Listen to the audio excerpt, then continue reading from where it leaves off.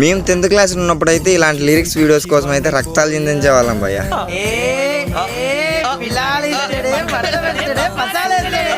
అప్పట్లో డెడికేషన్ అలా ఉండేది అనుకోండి. సరే, ఇప్పుడు మనం లిరిక్స్ ని ఈజీగా ఎలా క్రియేట్ చేయాలో చూద్దాం. మన 30 days సిరీస్ లో ఇది వచ్చేసి day 8 CapCut editings and mobile. ఒకవేళ మీ దగ్గర CapCut Pro లేకపోతే మన పేజ్ హైలైట్స్లో అయితే నేను లింక్ పెట్టాను, వెళ్ళి మీరు డౌన్లోడ్ చేసుకోండి. CapCutలోకి అయితే మన వీడియో ఆడియో యాడ్ చేసుకున్న తర్వాత టెస్ట్లోకి వెళ్ళి మన ఆడియోకి అయితే మనం అయితే లిరిక్స్ ఇచ్చుకోవాలా. ఇచ్చుకున్న లిరిక్స్కి వచ్చేసి మనం ఫాంట్ అయితే సెలెక్ట్ చేసుకోవచ్చు. ఇక్కడ మీకు ఇష్టం వచ్చిన ఫాంట్ అయితే సెలెక్ట్ చేసుకోండి. దాని తర్వాత ఇక్కడ స్టైల్లోకి వెళ్ళి మీకు ఇష్టం వచ్చిన కలర్ సెట్ చేసుకోవచ్చు. మీరు ఎఫెక్ట్స్లోకి వెళ్తే ఇంకా మంచి ఉంటాయి. తర్వాత యానిమేషన్స్లోకి వస్తే ఇంకా మీకు తెలిసే ఉంటుంది. మీకు నచ్చిన యానిమేషన్, మీకు ఇష్టం వచ్చిన యానిమేషన్ అయితే మీరు పెట్టుకొని సెలెక్ట్ చేసుకోవచ్చు.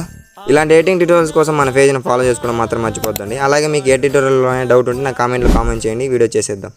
మేము 10th క్లాస్ ఉన్నప్పుడు అయితే ఇలాంటి లిరిక్స్ వీడియోస్ కోసం అయితే రక్తాలు చిందించే వాళ్ళం భయ్య.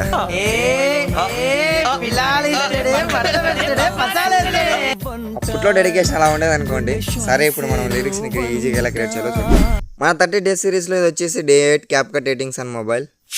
ఒకవేళ మీ దగ్గర CapCut Pro లేకపోతే మన పేజ్ హైలైట్స్లో అయితే నేను లింక్ పెట్టాను, వెళ్ళి మీరు డౌన్లోడ్ చేసుకోండి.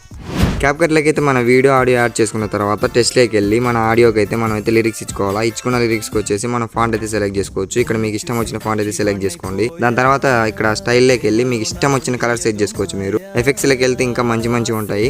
తర్వాత యానిమేషన్స్లోకి వస్తే ఇంకా మీకు తెలిసే ఉంటుంది. మీకు నచ్చిన యానిమేషన్, మీకు ఇష్టం వచ్చిన యానిమేషన్ అయితే మీరు పెట్టుకొని సెలెక్ట్ చేసుకోవచ్చు.